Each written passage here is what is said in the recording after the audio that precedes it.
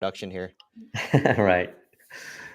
And on some level, I think that makes sense to have just the worst equipment possible after a match like this going into the break. I mean, Oh, are you guys jeez. coming back today? Yeah, we'll be back today. Okay. Our friends have a lake house out here that we stayed here for just one night, just a Okay. quick stay. Cool. Yeah, we're not going to spend a ton of time, but I mean, it's one of those games where there's like moments again, right? I mean, Yeah. Yeah. we had our chances. We had our Yeah. chances.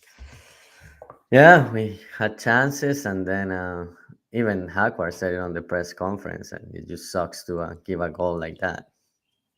Yeah.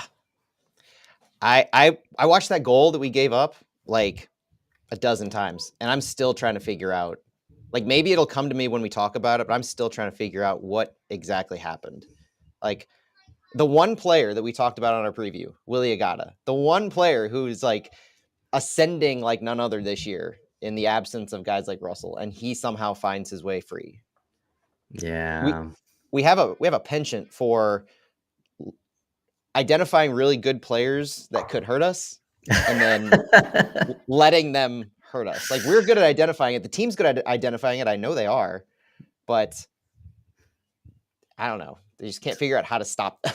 Yeah. So maybe next time we can talk about a different guy.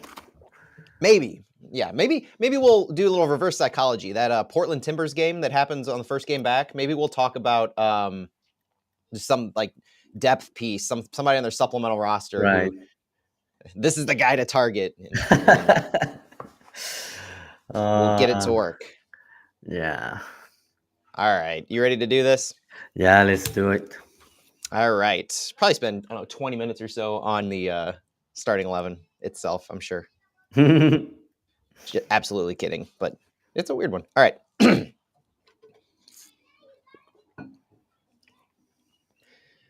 Welcome everyone to Flyover Footy. My name is Matt Baker, joined as always by my friend in soccer, Santiago Beltran, for another Flyover Fallout and another Flyover Fallout looking at a draw for St. Louis City.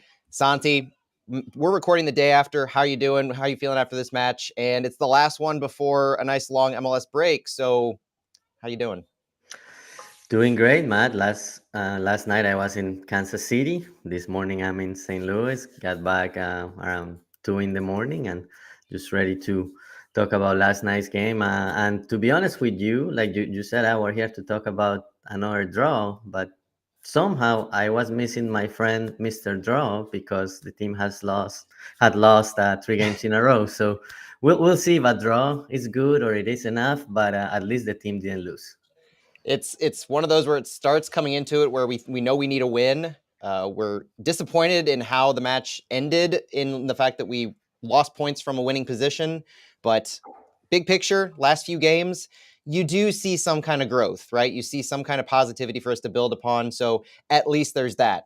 And you're coming back from KC. You were on the call day after you got in, I think, a little after 3 a.m. I'm at the lake this weekend, so we've got a lot of weird stuff going on with Fallout. And if you notice any weird audio issues, apologies in advance. My good friends Thomas and Kelsey Zank have graciously allowed me to record this from their place. So shout out to them, St. Louis folks who live in Kansas City behind enemy lines themselves. So let's get into it, Santi. Starting 11.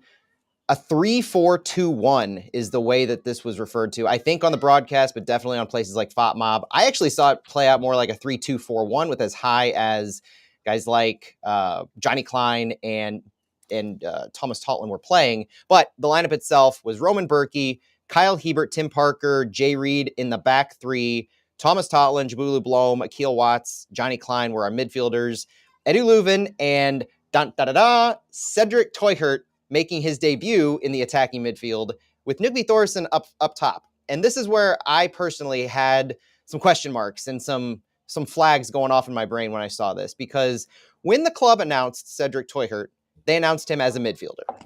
Yep. He typically had played as a forward most always with his career, but I think that time it was with the goal of saying he's not coming in to replace Joao Klaus.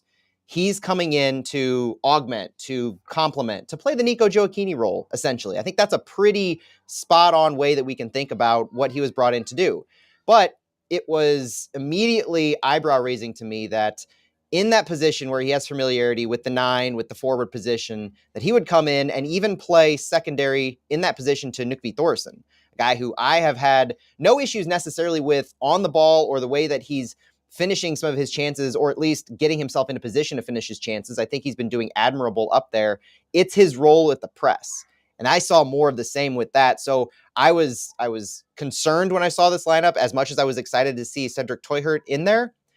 But I think it played out a little bit along those lines, where I was still excited ultimately to see Toihert. I was disappointed in our overall press and our line of engagement, which was abysmally deep. So 3 at the back, adding midfield width was an interesting look to try and mitigate guys like Daniel Shallowy. So what did you make of this when you saw the 11 and how it played out? Well, obviously, a new formation, something that we had not seen. But yeah, we have always talked on this show about playing with three in the back.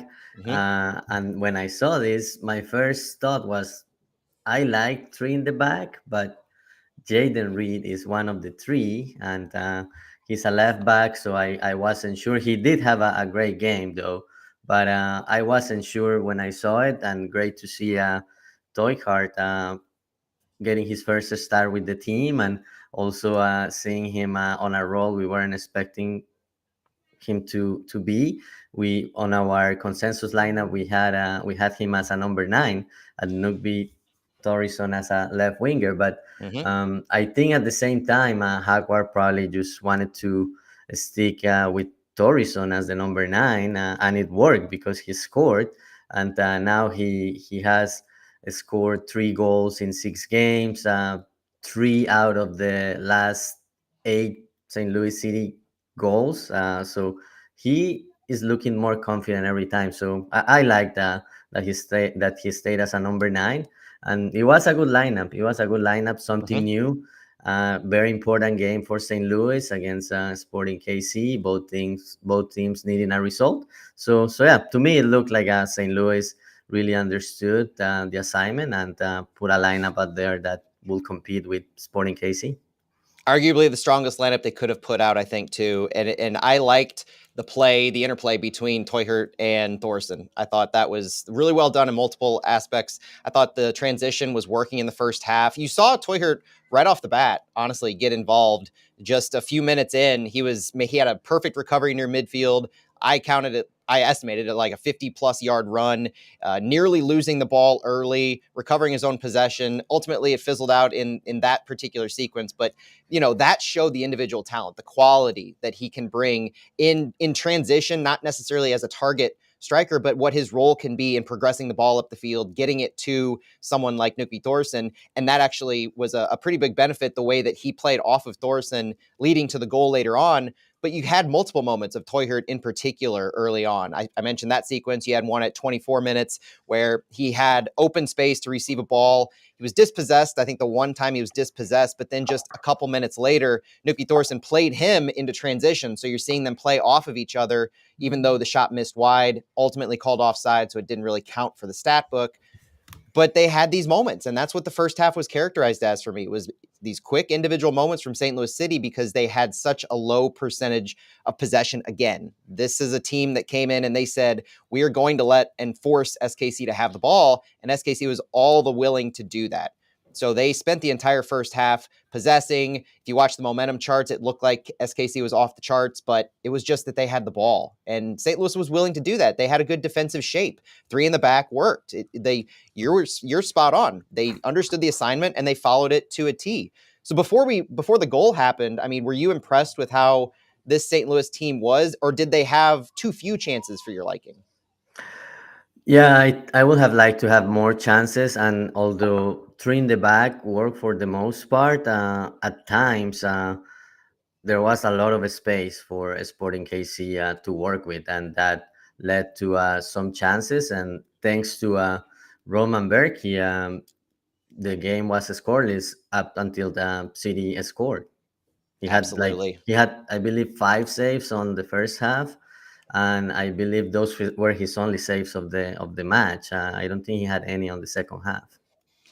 Yeah, even though SKC had a ton of shots in the second half, but he did do yeoman's work and he kept us in it. This was a four-man back line as much as it was anything with Berkey as that last defender. Like he always does when we're needing these quality performances. You know, that's one of the benefits of the way our back line plays as high as they are, is they can trust Berkey to make these kinds of saves. And we weren't allowing overall a high quality number of chances. SKC is a volume based team as well. They have a low expected goals per shot, just like we do.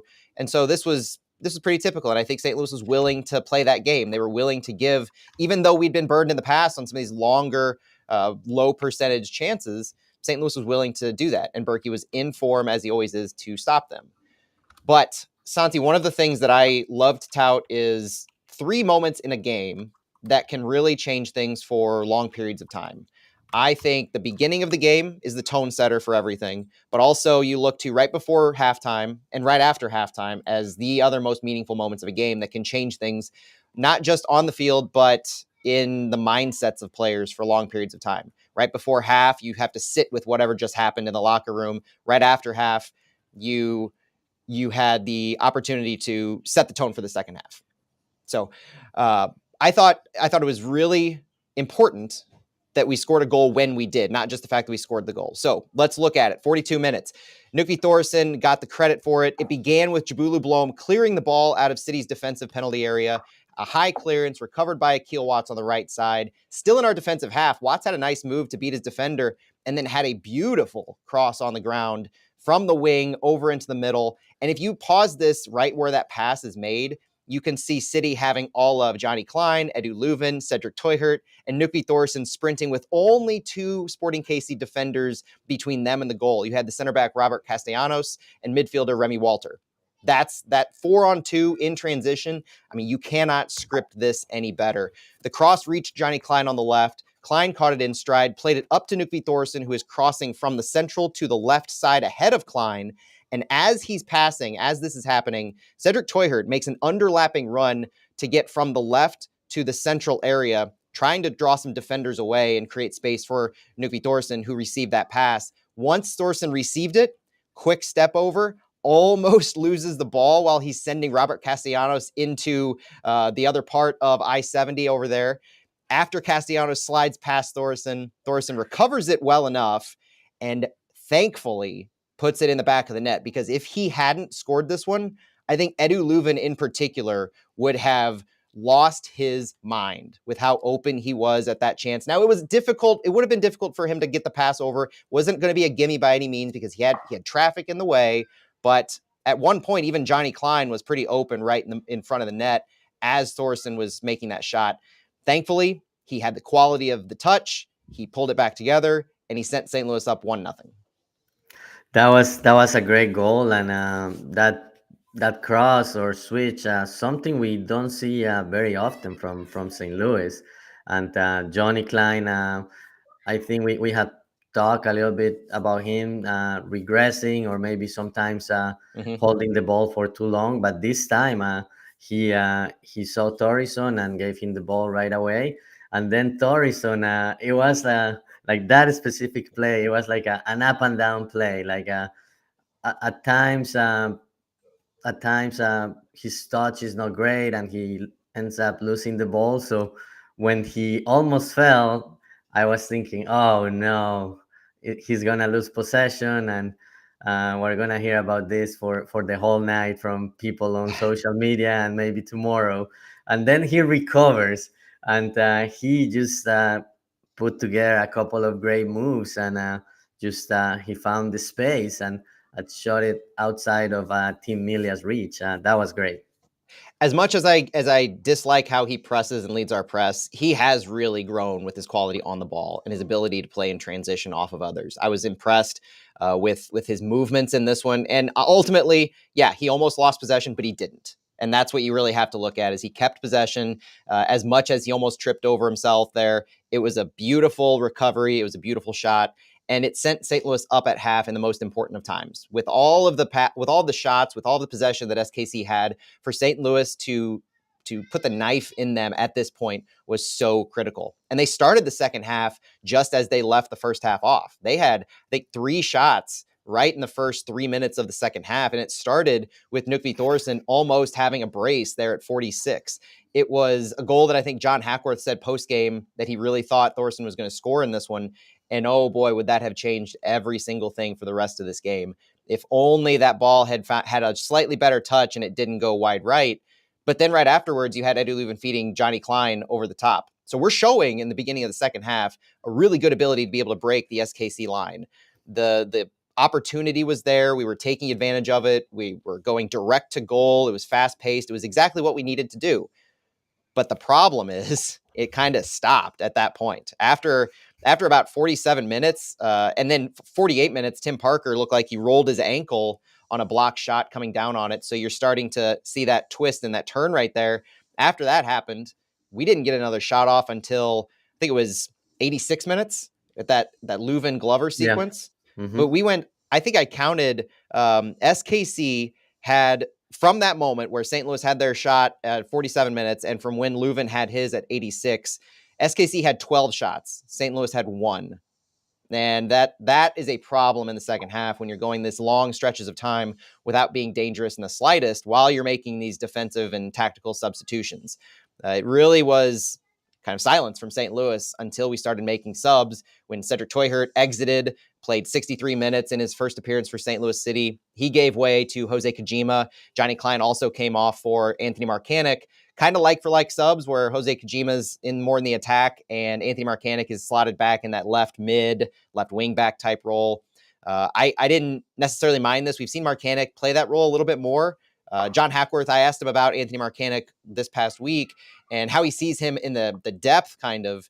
And he really is crediting Marcanic for just doing what he's been told, doing what's necessary to get time and minutes, understanding that he's behind the depth chart at left back right now for both Jay Reed and Kyle Hebert to an extent. And so for Marcanic to be able to play that little bit more attacking role was interesting, but also we're still struggling with depth, right? We still haven't, Cedric Teuchert's in, Jake Girdwood-Reich was on the bench for this one and he saw time. Marcel Hartl had yet to board his flight for St. Louis that left on Sunday morning because as we record this, a quick aside, Marcel Hartl is in the air on his way to St. Louis. If you're listening to this on podcasts, he's in St. Louis. Marcel Hartl is and should be available for the next match next week in the tournament that shall not be named. But bringing it back to this one, you had subs that started to take place. Mentioned the Teuchert and Klein off. Alan Polito came in for Johnny Russell at 64. And then at 70, you had Josh Earl come in for Thomas Totland. And I thought this move in particular was out of necessity more than anything else. At 70 minutes, Thomas Totland, they had a graphic that showed on the screen. I think they were focusing on Thorsen, but you had to notice Thomas Totland had run tied for second most of any City player at that time, second most of any player in the game, even at 5.1 miles put on just 70 minutes in. And you could see that when Totland exited for Yarrow, he was gassed. He had given it everything. Yeah, and he played 90 minutes on Wednesday. He played 90 minutes last Saturday, and that's why when we were talking about our starting lineups, I didn't have him starting because I thought they were gonna give him some rest and maybe come in the second half. But great effort by him. But yeah, he was gassed, and at that point, City had to make a substitution, and with that substitution, the way the team had its formation changed a little bit. It did. I thought I noticed a little bit where they were an inclination to change it before that, but definitely at this point, they looked like they moved kind of into a back four. Kyle Hebert definitely moved over to the right side. And I was looking at not just who was on our bench available, like why wouldn't Jake Nerwinski come in this scenario? So this was notable to me because if you're going to change the shape like that, if you're going to have Thomas Totland come out and Kyle Hebert's going to be the one to take the right back spot, why wouldn't you have Jake Nerwinski come in or somebody like slotting, to take that spot? I think that's an interesting depth chart question that really showed itself to me is the lack of Jake Nerwinski appearing. Even Jake Girdwood-Reich necessarily. I don't know. There's just conversations about that particular sub. And I think that shows the quality that they wanted to get in the game with Hebert and Yarrow as opposed to Jake Nerwinski. It's just an interesting note to not use a right back when you're going to move Hebert over. And I haven't been the biggest fan of Kyle Hebert at right back in the past, but he played just fine. I mean, honestly, credit to him. Like Hebert is very much a City player. It's not just Bradley Carnell who loves Kyle Hebert. It's Kyle Hebert proving himself capable, worthy, and deserving of being on the field in whatever position he really needs to play. Yeah, so it's funny you mentioned Heber playing as a right back and things having not been great before. As that substitution was made, I mentioned it on the broadcast. I was like, oh, Heber on the right. I not really a big fan of this. It hasn't worked very well previous times. He didn't have any fault on the goal though, but it Nope. just was a bad omen to me. So apologize if I jinxed it. Well, the interesting thing is the way City's defense was playing, I think, served Hebert well in this role. One of the biggest issues that Hebert has at right back is in transition, and this could be argued in at the left side as well, where he's pushing higher up on the field and he gets caught and he's not able to properly cover the spaces between him and the center backs. That has been the issue. The Nashville game from last year is seared into my memory in how much he was beaten on the right side. I think that's where it all started. You too, but in this game, defensively, especially in the second half, I know I've seen some people call it parking the bus. I've seen some people call it are we giving up the attack in the second half?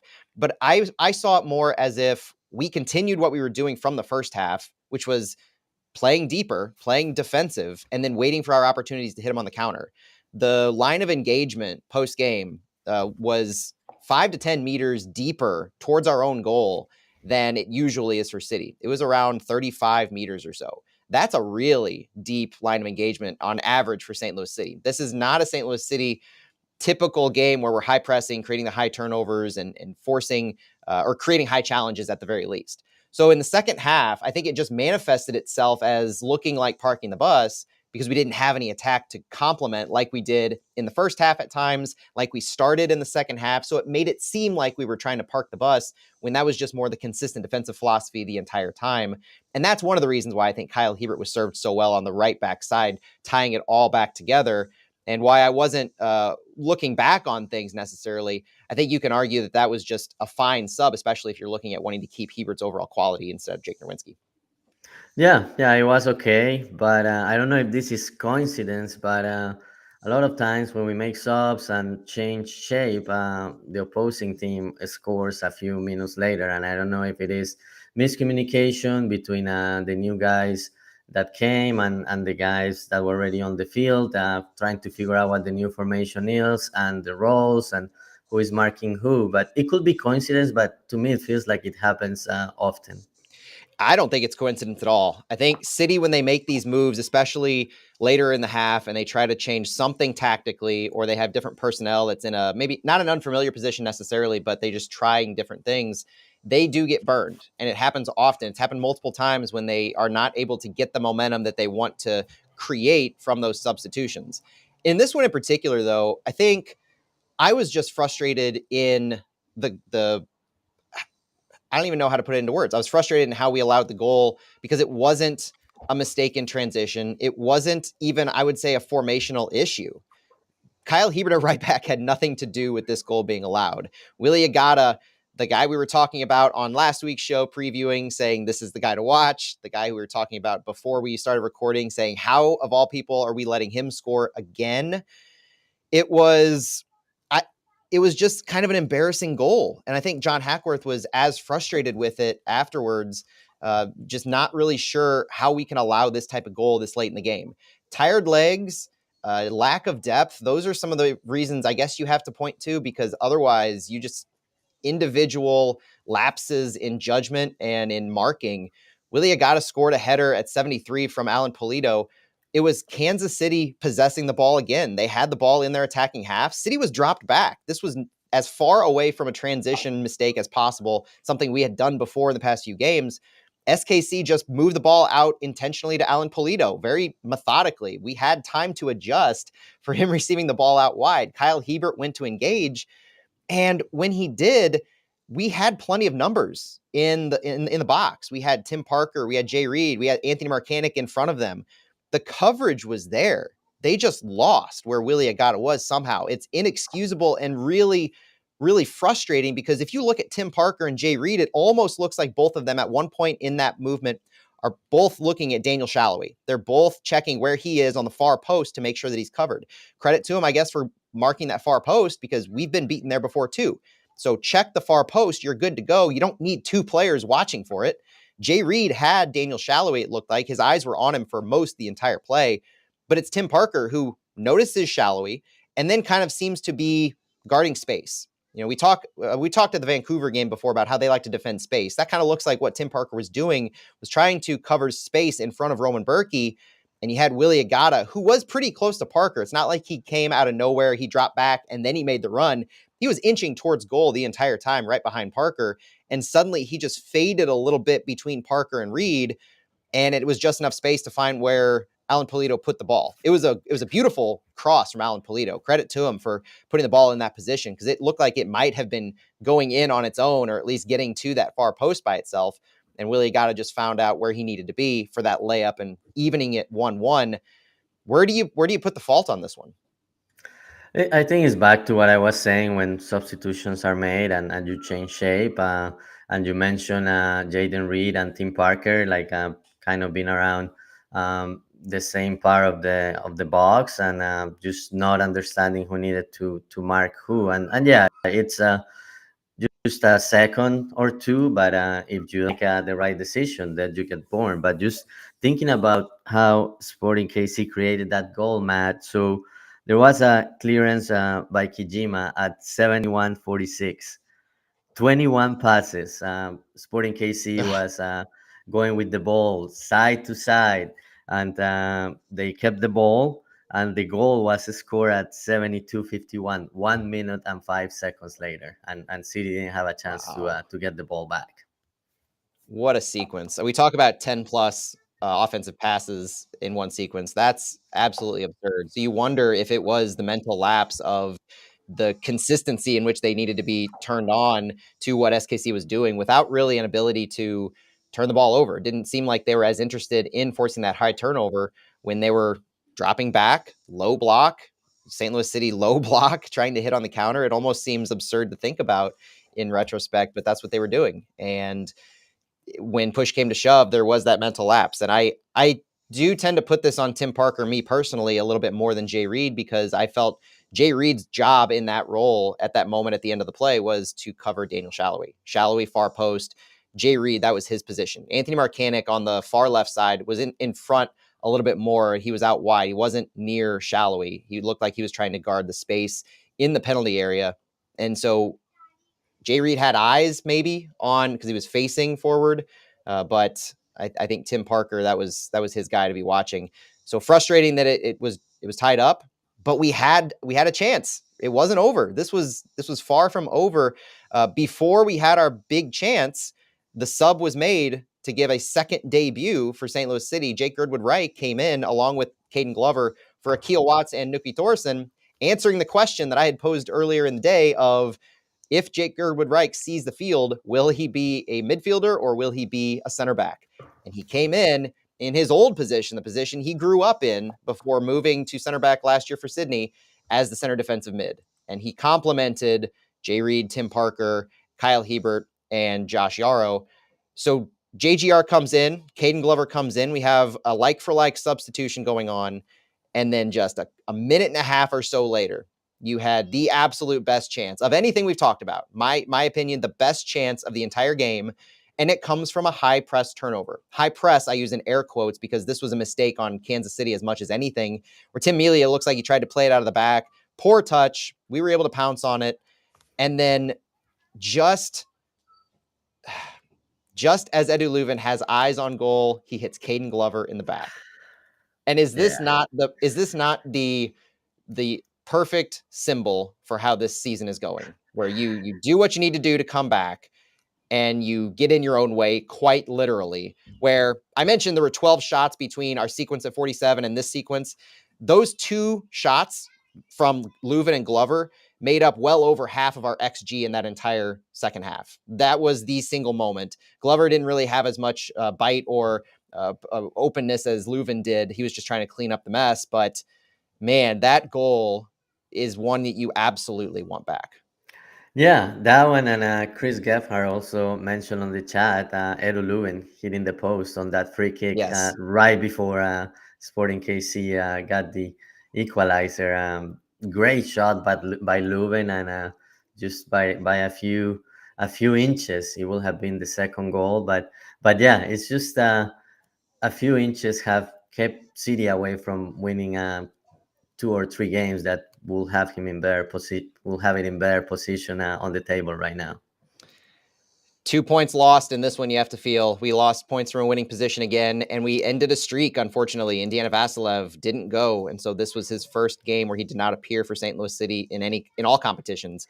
So it's unfortunate to see that streak go based on his second broken nose of the year. But John Hackworth kind of alluded to that, where if he would have had an issue, whether it's being hit in the nose, and we know Indy doesn't like to wear a mask, he would have lost it at some point. Hackworth said. So it was unfortunate that he couldn't go. Whether he would have been a difference maker compared to what we were able to do in the field is up for debate. I didn't have necessarily an issue with the personnel that was on the field, other than they just seemed gassed by the end of the game. Depth prevented us from really making some of those meaningful subs. The quality is not there yet because we don't have Marcel Hartl. Klaus and Alm are still out. All of these issues that we hope are getting better or reaching resolution on the other side of this month-long break. That's what we have to look forward to, because coming away from this match and seeing zero 0.8 xg compared to SKC's almost 3 is frustrating, and it's indicative of the fact that we didn't take those few opportunities to have big, high-quality chances created. It's the same story that we've talked about a lot for St. Louis in a lot of regards. Defensively, the one mental mistake, the one lapse, again, costs us. And that's a consistent story for St. Louis City, where they play good defense overall, do what they need to do, and then they have one moment where they give up just a quick goal off of something that shouldn't have been scored. They should have either stepped up, they should have stepped into it, something. And so you walk away from this with just a point. You walk away from this still in 13th place, still behind SKC in the standings, and the playoffs are getting further and further out of reach. What positives do you have to take away from this? I have Cedric Teuchert as an obvious positive. He led the team in goals added, that stat that looks at all of these different things like shots, fouls, passes, receptions, challenges, all these different things to give a full picture equally of a player's performance on the field. And Teuchert led the team in goals added. He had 2 shots, he had 5 recoveries, he had 4 aerial duels won, 2 dribbles past players, 4 of his 7 passes were accurate. Overall ball progression was quality. I mentioned that one earlier in the game. He had 3 touches in the penalty area. He drew 2 fouls and he only committed 1. He was only dispossessed 1 time. I thought cumulatively in his 63 minutes played, Cedric Teuchert had a really good debut, despite the fact that he didn't actually get on the score sheet. That I think this was something to build off of very much. What about you? What did you take away from this, either positive or negative? Positive that the team looked better than it had looked the previous 3 games, and also some individual highlights too. Jaden Reed had a great game. Akil Yep. Watts playing in that center midfield position, which is something he has done it before, but we had not seen him in that position earlier in the year, and even last year I think only 1 or 2 games, but he looked really good. I think he had a great game. Tim Parker, obviously, and I hope whatever happened to his ankle is just a knock, and that he will be available going forward and will not miss time. But yeah, he toughed it up and he stayed in the game.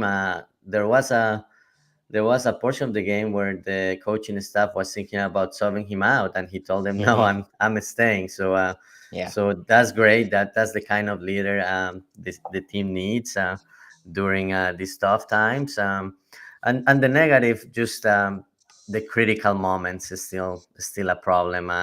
That has been a story of the last few games. But as you said, the season is coming down to just the last 9 games, and playoff chances keep looking slimmer every time the team doesn't get 3 points. It's mathematically still possible, but the team will need to get results in 7 or 8 games out of the nine that it has left. Yeah, mathematically it's still possible, but it looks dire. And what we needed to do to reach the point where we had health that would allow us to have depth to then make a move at the end of the season, we have not done what we needed to do. We haven't gotten enough points to be serious contenders, to be moving into a position to fight teams like Minnesota and Austin and Dallas even, but Portland, Seattle for those final playoff spots. So it's a dark picture when you look at the standings and see 10 points now separating Minnesota United from St. Louis City in the standings for that ninth and final play-in playoff spot. That's not even getting into the legitimate first round. That's the wild card type matchup. And that's where we are for the next month. We're sitting looking at that table as this is the mission in front of us. It's not mathematically impossible. And so you we're unfortunately left with a glimmer of hope in when we get Marcel Hartle in, who is going to be training with St. Louis City this upcoming week in St. Louis. He'll be ready to go by the time this break is over for MLS play. You'll have Cedric Teuchert still available, ready to go 90 by that point. JGR will be inserting himself meaningfully into the lineup. So you wonder where he's going to slide in on the depth chart, both at the center midfield position and at center back. We paid $800,000 for his transfer fee, the only one of the three we actually paid a transfer fee for, but he's also signed as a U22 player long term. So he'll be interesting to watch and see how he impacts this game. But with all the returning players on the other side, it's a tall task in front of him. And by my count, Santi, with Minnesota having a 9-10-6 record, 9 wins, 10 losses, and 6 draws, if you look to what they could do on the other side as that number 9 team right now, and say if they perform about the same and they go 3-2-4, they would have about 44 points. So we looked to previous years, and I don't know what you're looking at, but when I looked at it, I did see 42, 43 or so is about what you need historically based on this season and what Minnesota is doing so far at that number 9 position in the table. They're going to get to around 44 points. And so I'm looking at that as something we need to get to 44 points to feel like to make the playoffs. And in order to do that over 9 games, if my math is correct, we need 7 wins because we only have 23 points. And if you want to get 21 points in 9 games, we need 7 out of our 9 remaining to be wins or 6 wins and the rest have to be draws.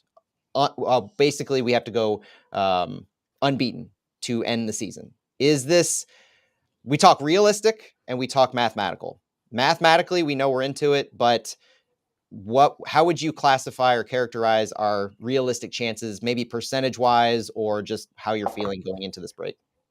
Yeah, I also have 22 points to Yeah. get there. So yeah, you have to get results basically on every game, go on a Mhm. winning streak, which is something the team hasn't had this year.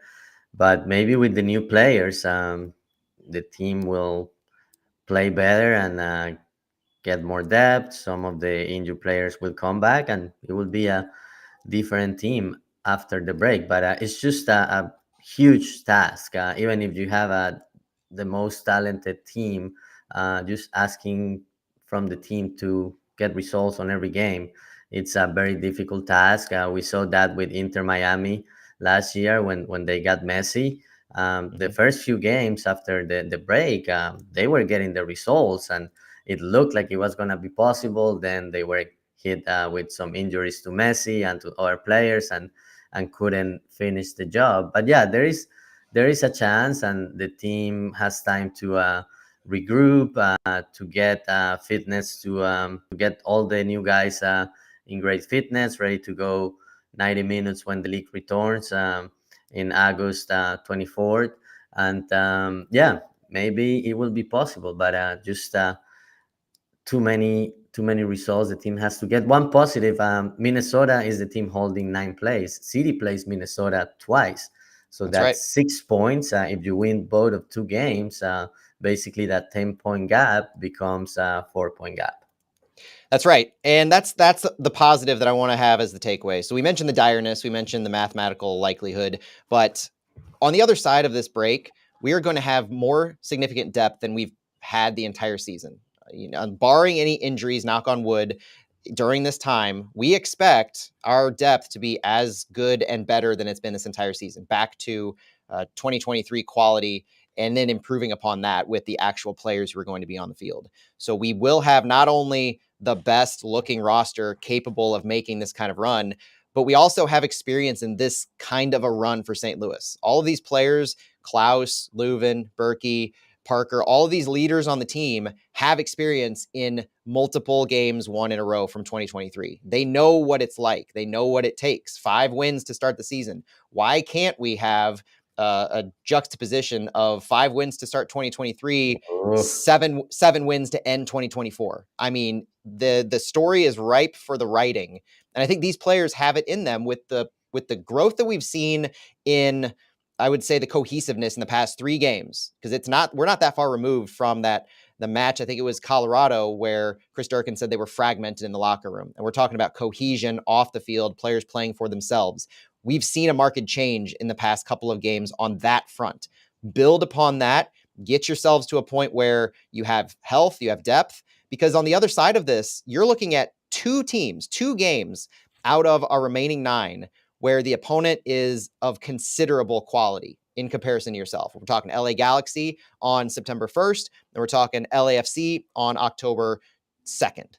Those 2 games I might not chalk up as wins, but everything else are incredibly possible. You're not going to be favored in many of these, but those are the 2 that I'm worried about. Everything else, we have matches against the New England Revolution, Minnesota United twice, San Jose, Kansas City again, Houston. I mean, these are Houston's the top in the table of these teams at 6th. Portland's in 8th, I believe. So you're having good opportunities, good matchups. The possibilities are there based on who you're playing, the depth you have. So there's still hope. It's not out of the realm of possibility that this could happen. And it has to start right off the bat against Portland Timbers away, so that the task is tall. There's no doubt about it. And we're not looking at this from rose-colored glasses. We know how up against the wall City are, and by their own doing, by and large. But once you get those issues, those excuses of depth and injuries off the table, we're going to get to see what kind of team St. Louis City truly is on the other side of this break. Yeah, I'm excited about the team returning from the break. Hopefully, with healthy players on Joao Klaus, Rasmus Alm, and then the 3 new guys ready to play 90 minutes. It will be very interesting to see what the lineup looks like if everybody is healthy and available on August 24th against Portland Timbers. We're going to get to see it in some glorified exhibitions, we can refer to it as, in the next couple of weeks in the other tournament.